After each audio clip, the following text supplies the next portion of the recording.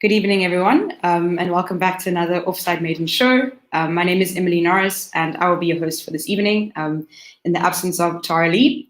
Before we get started, if you like our show, just smash that like button, subscribe to our channel, click that notification bell for all future viewing. If you'd like to get involved with the super chat, it's at the bottom left. If you do that, your comments will pop up and jump out from the rest. So just do that. And yeah, lastly, the views are our own and not that of Cricket Fanatics Magazine. So yeah, twins, how are you guys doing? How was your week?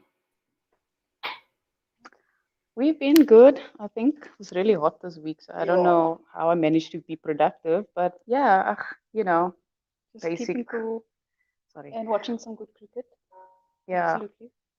happy to see the women taking the series 2-1. Could have been a whitewash, but okay, it's not. Yeah, India fought quite hard. So. Yeah, and I would yours. Yeah, we'll take that dual series. 6-2. We'll take those. Yeah, it was pretty hot this week. Today I was like, I can't function. But yeah, so it was really hot. But yeah, on today's show, we're just going to be speaking about the Pool A leg of the CSA Women's Provincial One-Day League. We have a few guests coming on the show that I'll introduce shortly. And then also be speaking about the Proteas, the women and their fantastic series wins over there. So yeah, let's get started. Let's bring on Delmi Tucker and Gabi-Lee van der Westhuizen. They'll both be coming on the show here. Hey guys, thank you so much for coming on the show. Delmi, I think I'm going to start with you. So obviously you're playing for Western Province Women now. Just tell everyone how you started playing cricket. How old you were and where you started playing cricket, where you were born. Because I started playing when I was in primary school, grade 0. Actually, my sister was playing cricket, so I saw her play it, and then I was like, yeah, this looks fun. I'm gonna try it. She was also always the one that started everything, and then I just like, okay, this looks fun. I'm gonna try it also. So she started playing, and then I was like, okay, cool, I'm gonna do this, and then I played ever since then. I never stopped playing. That's so cool. And where did you start off? Who were you playing for? I played for Northerns. I literally played for them until last year. Then I moved to Northwest. I played one season for them, and then I moved to Cape Town. So how are you finding it in the Western Province women's side? It's been hard at the beginning. I must say, when I got here, I was so nervous. I'm pretty a shy person also, so at the beginning, I never wanted to speak because I couldn't know what to say or didn't know what to say to them. And they're such a good team, and for me to play here, it was nervous. And I don't know, it was a few practice also. I was just quiet. I just saw how they were practicing and how they go about things, and I think it was about a week, and then it just started like I got into it and learned everybody and see how they do things, and I will never move now. It's the happiest I've been. Yeah, that's cool. So I had the privilege of seeing you play this week in the CSA Women's Provincial League Pool A. Congrats on those performances. How did you find the league, first of all? If I'm not mistaken, it was your debut game for Western Province in that first game? Yes, it was. It was. Yeah, so Delmi, how did you find the league? It was really nice. I was really nervous. We had to play cricket at the end of the year, and then always I got tested positive for COVID and everything, so I couldn't play. All the excitement was like just down, and then we had this league coming, so I was like super nervous but also so excited to play with them because, like I said, they're such a good team to play. Even when you played against them, it's always exciting playing against VP, and for me to play with them now, it was an honor playing them, and it was really fun, and they were just such a great team. If I'm not mistaken, Gabi, Delmi scored the second highest number of runs there in the tournament. How impressed were you to see Delmi perform? And also, just for the viewers out there that perhaps don't know, just tell us your role in the Western Province women's side. Evening, everyone. So nice to be here and invited to the show. So nice to see the twins for the first time because I chat to them like on email always. So it's really nice to see them. My role with the Western Province team is just a team manager and performance coach. So I do the head of the SNC and mental skills as well. So Claire and I, we work together in tandem, obviously the cricket coaching that he's the head coach of overall and I do team management and performance. So yeah, that's my role. And Delmi, what can I say? Your reputation precedes you. No, Delmi was exceptional, just like walked into the team and just, she was able to showcase herself and express herself, which is what we want. And she delivered. So we were very, very pleased with that. Yeah, I think who else impressed you in the tournament or in that part of the league? I mean, obviously Leah Jones, getting a call up to SA emerging side. She did quite well as well. And there's a few other up and coming players. Who were you impressed with? Well, from a seniors point of view, it was really good to see our seniors take responsibility up front with bat and with ball.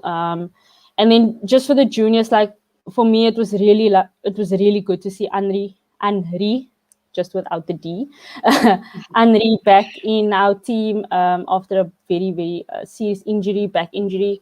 So just to see her take that senior role in the middle order and carrying us through to good totals, competitive totals on the Vineyard. So it was really nice to see her back in there. It was nice to see Sarah as well. Also didn't play in the WSL, but very, very impressive to see her taking responsibility up front with the bat. I mean, if you look at the amount of players that weren't in our team, there's 5 national players that were in India, and then Alexis Lebreton, who's our captain, obviously wasn't there, and Stacey Lekay also wasn't there. So, I mean, just the likes of Tatum and Robin taking responsibility with the ball up front. I think Robin bowled 39 overs in 4 games, and she had an economy rate of like ridiculous 2.2 runs and over. So that was really impressive. But for her standard, I mean, that is what she will give you every game. So Leah and Tatum got 11 wickets each. Yeah. And then what seemed to be a wicket of very low strike rates, I was pretty pleased to see our girls, graft through the middle, at the middle, and see our 50 overs through majority of the games and putting up, like I said, competitive totals. So, and then Andri standing in captain was very impressive in the field. Like, it's difficult to manage a team, but also very, willing as well to do the job and to take responsibility with Delmi in the last game to see our game through, because we had a bad habit of collapsing in the middle period of our innings around 30 overs of losing wickets. So it was really nice to see them be impressive in the last game. For us, it just got better and better. So, yeah. Yeah, I was saying you guys started well and ended well, 4 out of 4. And just for those watching, if you haven't seen, we've got interviews up with Andri Stain, with Sarah Smith and with Leah online. So just check those out. Twins, do you have any questions for either of these 2 wonderful people here? Actually, yes, firstly, thank you everybody for joining us tonight, Gabi. I think we kind of know you quite well after that incident in one of the previous issue of the Cricket Fanatics Magazine. But Delmi, firstly, also thank you for joining us this evening. I think I just have a very basic question for you. Who is your favorite cricketer? So it can be male or female, national or international, anybody. Who's your favorite? Has to be Ivy de Villiers. I've ever since I started playing cricket, I always looked up at him, and just the way he plays, I always want to play like him. Every shot he plays is every shot I want to play also. Of course. Yeah, I think he's everyone's favorite. He's Yeah, like he's the a model legend. cricketer everybody wants Oh. to be. But Yeah. cool. Another question You're good. is Okay, yeah, go ahead. regarding. Oh, sorry. Now regarding how do you think women's cricket is being exposed enough, like in South Africa via media coverage and those things? Like, do you think it's sufficient? Like, do you think our country is doing enough to put women's cricket out there for young girls to see, there is women in cricket and they are like legends. Like these women are legends. I mean, clocking the kind of runs and taking the kind of wickets that you've been taking and having amazing performances in tournaments.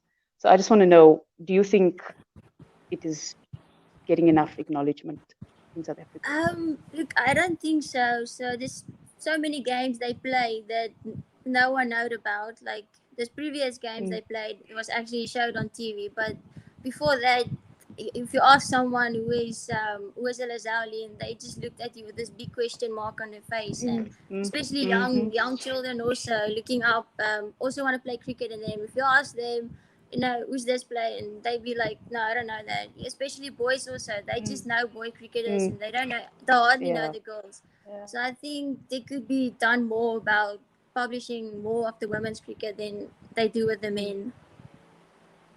Yeah, I agree. I think people are definitely. still like shocked to hear that there's like female umpires as well. So they're just like, that doesn't sound right, but it's happening. Yeah. Yes. Thanks, Em. Yeah, I always get excited when I see primary school, co-ed primary schools that have like all female teams or all girls teams, and then not mixed teams. That's good for cricket. But yeah, I think let's move on to the Proteas women. Obviously, 2 phenomenal series wins. 6-2 dual win, series win. I know, Gabby, you definitely were watching it. I know you guys were watching it there at the field, sort of in between the games or after the games. Obviously, you must be impressed, but can you give us sort of, your views or just comments on that series? Is it me now? Sorry, yes, you, Gabby. Yeah. Yeah, first of all, it's fantastic to see that the players that have been given opportunities to grab it with both hands. That for me is something that we are moving in the right direction. If that be the case, where players are being given opportunity a series, and to be able to perform consistently. There's no point in trying to, cricket's a funny game. Like you can't find form in one game. You can't find form in one series. You got to play it over a period of time to say that you have confidence. Because you can ask Delmi, you can bat a series and then you can bat badly in one game and you can lose all that confidence. So cricket is a game of evolution. You constantly need to improve. So with regards to the Prettiest women, I think they did exceptionally well under the conditions there in India, to showcase themselves and showcase their talents, and also their BMT. I think Laura's big match temperament in the second T20 was ridiculous. To play in those conditions in India and win the game like that was exceptional. And I just think for her, like mentally, she's just grown far beyond her years at where she's at. I think for Annika, I've just been waiting to see her play in the national team for a while now, just because of her all-round potential. She can bowl, she can bat, and the fact that she's a power hitter, like she can hit a long ball. It was really nice to see her open the batting and be able to take that opportunity in the absence of Tasman, who was unfortunately not there. So yeah, it was really good to see that. And one of our own as well, Laura, I was really, really happy about her. I was glad that she was brave enough to back herself and to back her skills. And I mean, we will see 9 out of 10 times that reverse sweep shots at Western Province. But under those circumstances, when you're in the national team, you're like, fear of failure hits you hard. So you always wonder, should I, shouldn't I? And in that moment, you just got to say, screw it, I'm just going to do it because that's how I play my game. And I would I would rather have a player fail playing their game than fearing failure. So I was really impressed to see the players be brave and to play without fear of failure. So hopefully we can see some consistency with that against different teams, not just the ones like India. Yeah, I'm looking forward to seeing more consistent results and more consistent performances. And yeah, I'm really, really happy and chuffed about the efforts that the ladies put in. Yeah, I think I was very impressed with Annika Bosch specifically. I saw her in WSL. She performed there, and then, like you said, getting her chance for the Proteas and just taking it with both hands. Getting her maiden ODI 50 and then T20 50. I think it was the next game. So yeah, brilliant performance from her. Also, Gabi-Lee has to get a mention. Shabnim Ismail always, she always pulls through for the women. And then I think we got to mention this one Indian player, Shafali Verma. Twins, I think you're a fan of her. She absolute fearless cricket that she plays. I think she's 17 only. And that last game she scored, what was it, 60 or 30? Were you guys watching that?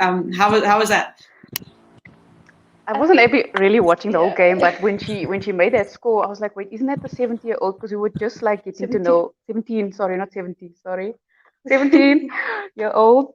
And I don't know, it was just so amazing. And I was like, this girl, did she literally just go and do that? Like, off our bowlers. She just just had a whole, like Lucy would say, a buffet of runs for herself. And it was just, she was literally helping herself to runs. And then I think she's #1 T20 woman batter. I think she's on top of the ranks of that. So for a 17-year-old, I think any 17-year-old out there will be like, wow, I literally want to be like her. I think most 17-year-olds probably started the first TikTok video. Yeah. But yeah, she's top of the ranks. I think so. It's just, I think it's great also for India to have a young player play the way she did. And I think it's just great. Like a 17-year-old, oh my word. Like she was born in 2004. We were just like, what? Wait, that's like yesterday. Yeah. Can I just say that when you talk about her being 17 years old, can you imagine her playing anything else besides that game that she plays? You see, Probably. like she doesn't fear. She doesn't fear. She just plays her game, and if she fails, she fails. She knows how to fail. So I think that is something that is important. I mean, what 7-year-old is #1 in the world? But she has that ability to play her game naturally without fear of failure, because she knows she's going to go and play it this next day again without thinking about what she did wrong, because she's just going to go and fix it in the nets. It's all execution. Her mindset's in the right space, and then it's just about improving from there. So I don't think any of us sitting here can imagine her playing any differently than that. I mean, to Shabnim Ismail, which is like the second best bowler in the world, like that, and you're 17, you've been playing for 2 years. That's bravery. But I think it's something that exactly. But it's something that I admire in a lot of the Indian players, like even the men as well. There's a lot of young players that play in IPL and in other tournaments in India, and I've seen them play, and they're absolutely fearless. And I mean, that's what I'd love to see. I've been seeing a bit more. I think you were saying it earlier, Gabi. I was very impressed with Province because a lot of the teams had very slow run rates and strike rates throughout the leg. But I think we batted quite well, and I think it was about 3 on average, 3 run rates in the games. So I'd love to see, a lot more fearless cricket, and I think Sarah was one of the players that showed that. She used her feet wonderfully, and I think it was good to see her play. And then also, Andrew Steyn in the emerging side now, Leah Jones as well. So yeah, it's very nice to see all of those. But Carly, talking about the rankings, let's bring up the rankings there, because we have a few players in the top batting and bowling rankings. Yeah. There we go. Cool, women's ODI rankings. Yeah, of course, Gabi-Lee, we have to mention her. Second there, Marizanne Kapp second in the bowling rankings. Who else? We still have Dari. I mean, Dari she hasn't played in a long time, but she's still in that top 10 of all-rounder rankings. And then in the T20s, we have obviously Shabnim at second there, and then also Dari, in all-rounder rankings again. So yeah, I mean, if anyone wants to make comments on those are just brilliant performances. I was very, very impressed with Lizaldi in the series. Isn't Gabby, Lizelle you want to number, say something? She isn't she Lizelle number was. one? Yeah, she was Yes, she was Yeah. number one. That's why I was confused when I saw number 2 there. When did that go but down? yeah, Was that I don't know. updated? I also don't know. Oh, didn't Okay. But yeah, like someone she else. was. Yeah, when she went to number 1, I was very, very Yeah, impressed. I think it is number one. I think England are playing Australia, or Australia's playing New Zealand, or something like that. I think England was in New Zealand playing a series, and that's why Tammy Beaumont was on top. But then Lizelle doing very well and scoring a ton against India, she went back up to number one. So I think she is number one, because I know Marizan is also number 2 of the all-rounders and the T20 yes. bowlers. I think she's number 2. So that also just went up. So Yeah. yeah, no, it's impressive. Those girls are always going to deliver. It's just they would get the numbers up there. I would like to see more of the players up there. Yeah. Gabby, I just have a question for you. So, obviously the whole talk, or the main part of South African cricket is spin. We had everywhere, spin, spin, spin, spin. And it's always about how our players struggle to play spin. That's like the main topic. So what do you guys, you have players going to the subcontinent, you have tour to Bangladesh coming up. How do you guys sort of prepare the players, you and Claire, how do you prepare them for those subcontinent tours? Do you have like spin camps, or are there any specific drills that you guys do? Yeah. So first of all, I'm the confident bowler in the team, or confidence of spinners. So the girls know, like, if they need some confidence to spin, I'll just chuck a few. I'll chuck a few pies, and then they, can get their arms The like best moving bowler, free. Gabby. And then I just like pull a Jaffa How many out there wickets? now and How then. many wickets have you got there, Gabby? How many wickets do you have there? Oh, a lot, eh? A lot. Even they out in the middle, when we're doing middle, I got Nadine, I've got Anna, I've got Lexi, I've got all of them. I'm very confident. No, so what Claire does, Claire, works on drills and specific shots for spin, especially the conditions. I mean, you get the skiddy spinner, the one that comes flat. I know Delmi likes to give one of those, like those flat. She's that flat spinner, and then you get those doubly dobblers that come, with a little bit of flight. So Claire definitely works on different skills, on how to play spin. I think the most important thing is your position on how to play spin. So if you look at the way they played it in India, I think in 2019 we played in India as well. I think we lost that series. I can't remember. And I remember we were practicing spin, and then I was watching the first game when we were playing Poonam of the front foot, and she's a leg spinner.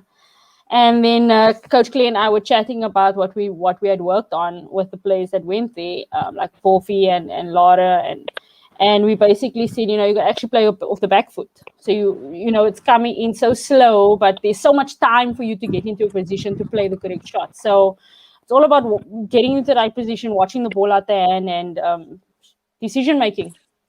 So I think the most important thing is to teach players how to make the right decisions in the right moments. And cricket, like I said, is a funny game. You might just think you're making the right decision in the right moment, and then you're wrong, and then you fail. So I think Clay does a fantastic job covering all those avenues, covering all the kinds of shots, the lengths that they can play, moving their feet into the right positions.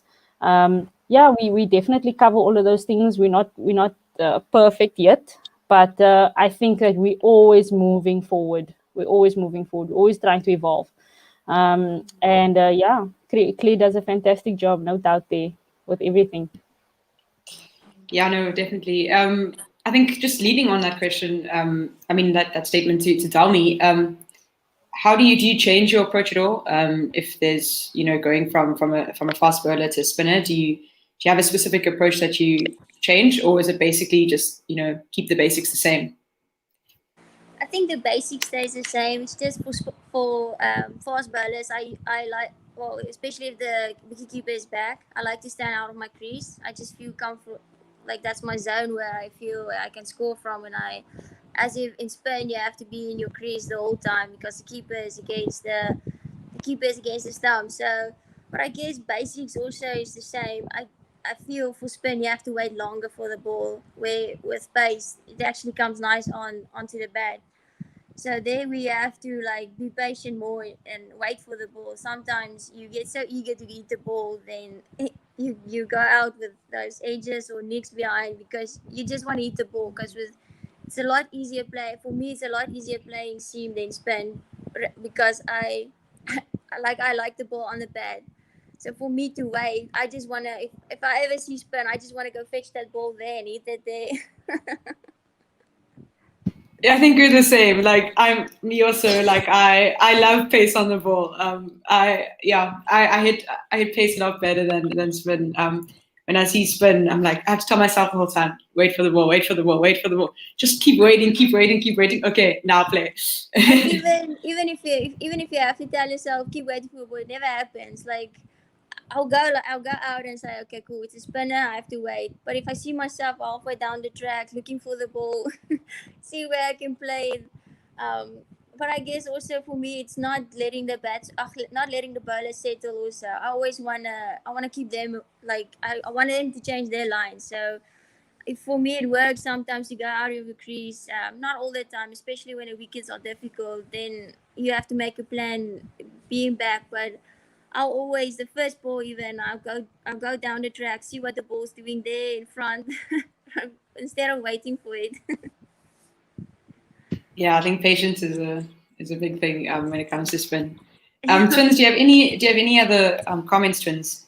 You want to say? I know you have things to say. Actually, yeah. So actually, something that Gabi said, she said, so with the girls, you're trying to get them to make the right decisions at the right time. So I think so regarding, the young players in the Western Province side, how do you get them to feel settled? How do you settle them mentally? Get them into that mental space of like, if something's gonna, how am I going to, action, reaction? So how do you get them to settle mentally? Now you're asking for too much, eh? Now I'm gonna start packing out my secrets here. Oh, we can do this video later.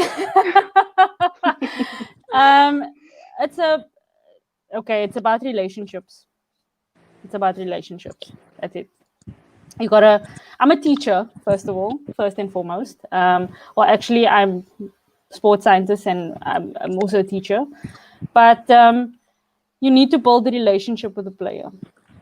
That's how you get them to do what you need to, because then you build that trust. And when you speak to them because I believe cricket's life. If you can't live your life a certain way, you can't play cricket a certain way. That's just how it is. And if you look at life, there's a lot of relationships. I mean, we've got a cricket relationship here as we're talking here now. We're talking about cricket. And that's what you got to build with the players. You got to talk cricket to them and you got to talk life to them. And when they start realizing how their lives work out and how cricket plays out for them, they start to see things, and then you start planting seeds here and then you start watering it. And then when they go into the game, they have to experience it for themselves, and then they give you feedback. And what we try to promote is a lot of subjective feedback. So Claire and I would give objective feedback. So we're obviously giving it from our experience, what we're observing. But we also try to promote subject feedback so they themselves are doing reflection on what they need to change. But that's all about the relationship. It's always a give and take. It's never a give from the coach to the player. It's never just a take from the player to the coach. It's always two ways. And if you do it the right way, the players will deliver for you because they understand why. And if they understand why, they will become independent. And then you see them on the national stage, and then they'll send you a text message to say how great that moment was. So it's all about the relationships. Sure. That's true. Yeah, I agree with that. Twins, do you have anything else to ask Gabi? She's a wealth of knowledge here. You must ask everything. Stop everything stealing you can. my secrets. Stop stealing my secrets. We already. I know before the show I told Emily I'm not going to bring this up, but I thought, why not? Oh. So, Gabi, you and I are basically both support Liverpool. So I want to know from Delmi, which soccer team do you support if you do follow soccer? Football. She doesn't watch soccer. Okay, but Oh no! I have one Oh, team okay. that I Okay, let us know. speak. Well, I don't know the players, but I know the team, and I'll support them. Is Liverpool. Oh, no, We no. obviously, guys, We the in majority minority You just here. support that team Majority. because I support that team. Okay, you know. That's the only Jan- team name I know. Janine, you and I are alone here. We are alone here. Minority, eh? Shame. Yo. Yeah. Laura and Anna are turning against us now, Delmi. Those Man United supporters in our team. Oh, Man, They shame. ready- oh no. We'll soon Can enough always- talk about them. No no. thanks. Can always depend on Andre to. Now I'm alone. Yeah, now you're alone, shame. Yo. Delmi, a question for you. If it wasn't cricket, what sport would it be? Gabi, you can go after her. I'm guessing it's going to be football. But Delmi, if it wasn't cricket, what sport would you play? Mine and Delmi's answer would have been the same. Sorry, Delmi. It's okay. Great, Mark. Hockey. I will play hockey. Have you played hockey? Did you play hockey in school? Yes, I did. Okay. I started playing hockey before cricket. Okay, cool. Yeah, that was actually always my first choice. And then in matric, I had an injury that it was difficult for me to get back. So then I was like, okay, I had enough of hockey now, and the injury stopped me from playing it. So then I just like hang that spikes up, and then I started playing cricket, like fully play cricket. Yeah. Gabi, is yours the same? Same. Hockey. I was actually Okay. a hockey coach while I was studying, and I coached a little bit of mini cricket as well. And then in my first year at Western Province, I was still coaching hockey, and I coached some Western Province hockey, and I was a manager for one of the Western Province teams. And then I was an umpire as well for a while, actually, in the top league in Cape Town, the Grand Challenge League. And then when my studies began again, my masters, I just stopped hockey because cricket became a bigger deal. So yeah, hockey. But I stopped playing cricket and hockey like a very long time ago. So, Okay. I'm glad you were a hockey umpire because now you can empathize with the cricket umpires. But yeah, thank you so much, guys, for coming on the show. Really do appreciate it. I really enjoyed having you guys on here. And yeah, hopefully we'll see you again sometime soon. Good luck for the rest of the season. I don't know if the season's over, but but yeah, good luck for everything. And yeah, hopefully see you guys again soon. Cheers. Thank you. thank you. Bye, Gabi. Bye. Cool, guys. So thank you so much for listening to the show. Twins, do you have any final things you want to say to the viewers? Nothing specific. No. Just But- that there are 4 Thistles players in the emerging squad. Yes, I'm and just there are saying. 4 stars wow. also. Yeah. Wow. Just putting that out Yeah. there. I mean, I specifically think Leah Jones definitely should enjoy a spot there in the emerging squad because I think Yeah. she definitely deserves that spot there. So Yeah. looking forward to that. Yeah. The way she bowled in this leg was phenomenal, and I also think she definitely deserved that spot. So yeah, definitely.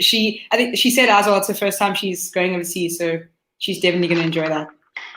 But yeah, thanks to everyone for watching.